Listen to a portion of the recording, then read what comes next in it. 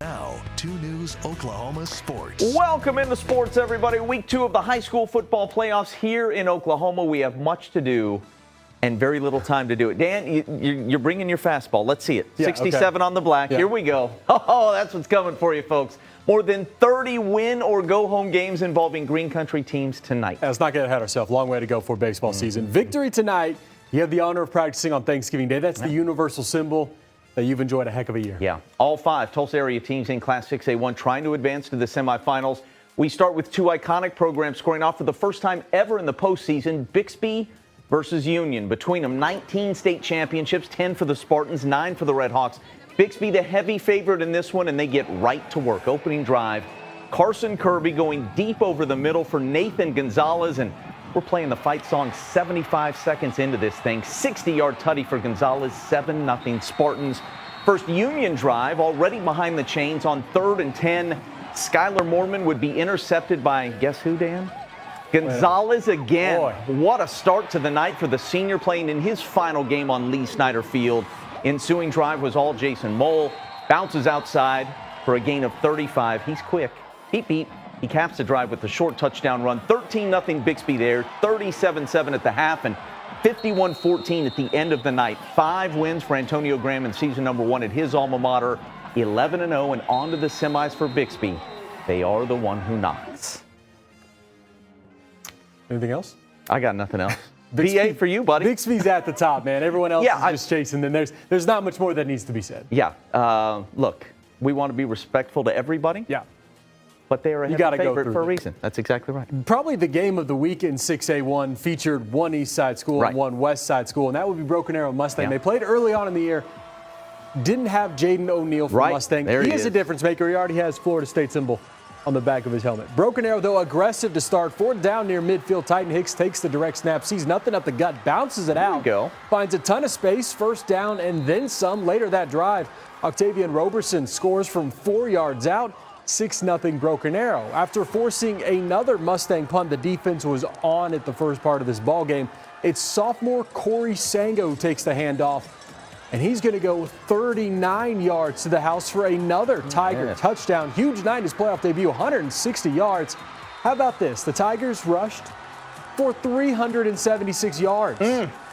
No passing yards. That's part of the reason why. Tigers, though, November football. win in advance 29-14. Travis Hill is a guy who makes a difference. First playoff game for Adam Gaylor's Jenks head coach hosting Edmond Memorial.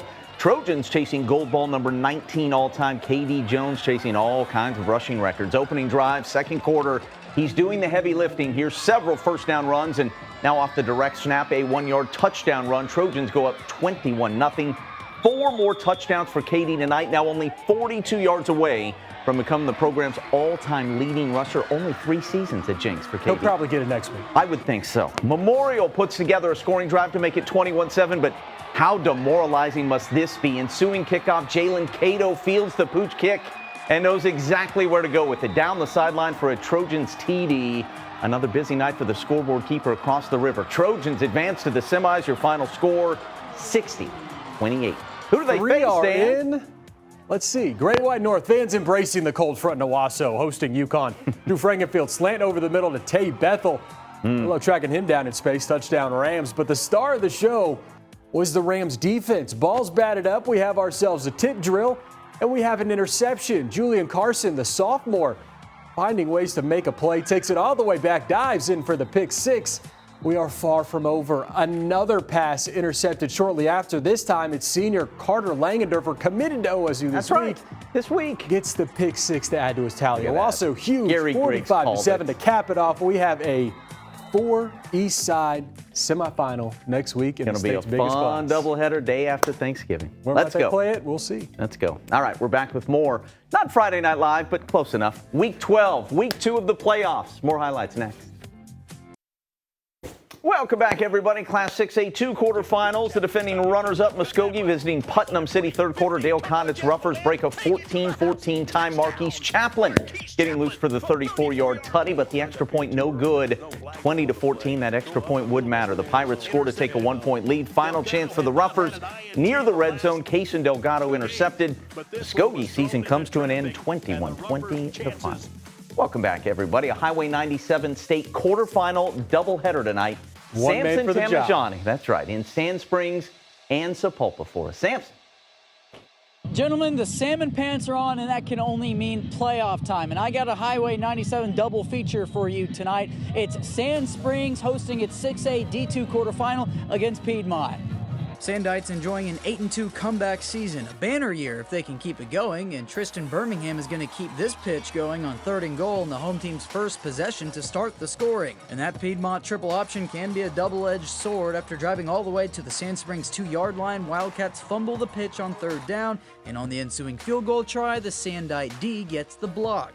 That sets up the offense and Alex Dudley to take this screen pass about 90 yards to flip the field. Charles Page High School punches it in on the next play as they keep control and advance 35-13. How about down the road in Sapulpa now? The Chieftains finishing 2nd in district, battling Choctaw Friday. Late first half, Chieftains already down 22-14, and Choctaw going for it on 4th and 11, and they're going to find their halfback wide open on a wheel route for the touchdown. Talk about a gut punch. 3rd quarter now, number 2 Landon Barber trying to get his team going single-handedly, and I mean that literally. A one-handed snack for 47 yards despite the defensive PI. A couple plays later, Barber does it again on the corner route to make it a one-score game, but that's as close as it'll get. In fact, perhaps the best sight for the Sapulpa faithful was the halftime show from the Pasatopa father and daughter Dancing Eagles. Choctaw Yellow Jackets taking this one 43-28. Chieftains finished the year 7-4. I left my salmon pants at home. Thank you, Samson. Claremore, the 4th seed in the district, but new life with a home playoff game. First time they've hosted a quarterfinal game in a long time, hosting Bishop McGuinness. Fighting Irish came to play. DeAndre Burton somehow finds himself a seam, busts right through it, takes it all the way for the long touchdown scamper to put the Irish on top. The Zebras have not played well from behind this season. They dug themselves a hole early. Aiden Manigold skies up, gets the interception, takes back for a pick 6. Irish eliminate the Zebras 42-14. And just more bad news for 5A on our side of the state. Pryor falls for the first time this season. Newcastle wins 40-23. Carl Albert continues to do what they do as they beat McAllister 55-0. 5A is done for this side of the state. Tuttle and Grove as we go to some Class 4A scores here. Grove shut out by number 1 Tuttle, 51-0. Cushing holds on against Ardmore, 49-43. Top dog in Class 3A, of course, Lincoln Christian. They continue to splatter everything in their path. Jerry Rickey's boys hosting Kingfisher. Former FNL Player of the Week, Chase Rickey, rolled right, threw back left. That's the tight end, Rain Ragland.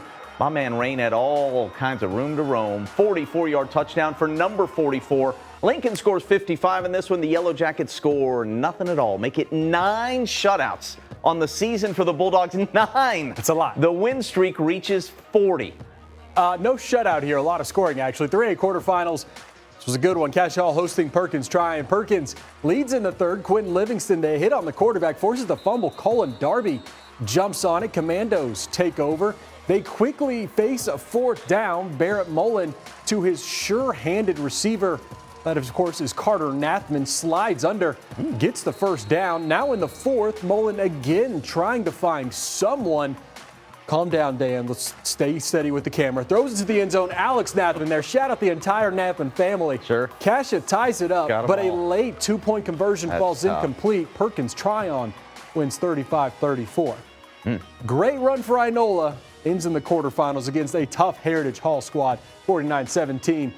Holland Hall, kind of the same story. Ran into a buzzsaw that is Sulphur, 77-28. A lot of us are looking forward to that Sulphur-Lincoln potential state championship. Class 2A1, Jared McCoy's Metro Christian Patriots hosting Oklahoma Christian. The Saints would score first in this one. Creighton Allen on the QB keeper. OCS has the early lead with that. 2nd quarter, Metro finally gets on the scoreboard. They're chucking it deep. Kincaid Ing up top for Finn Copeland, the former Tulsa Little League star, with a 55-yard touchdown here. Saints open up a 3-score lead early. Metro fights back, but not quite enough in the end. OCS wins and advances 30-27. Defending champ Rejoice Christian looking strong in their title pursuit, hosting Hooker. Camion Compton Nero slant to ZZ Okufalazi. That duo's money gets a big old gain. The Eagles cap the drive. Noah Goodwin, that is a 2024 FNL Player of the Week, scoring the touchdown. Going way back. Eagles win 49-8. That sets up Rejoice Paul Huska, who beat Wynnewood tonight, 2026 state semifinals next week. Couple other scores in Class 2A1. Washington eliminates Kiefer 36-3. Tahlequah Sequoia, great year, but they go down to number 1 Jones 56-18. We're back to talk the college game with whatever time we have left. Back with more after this.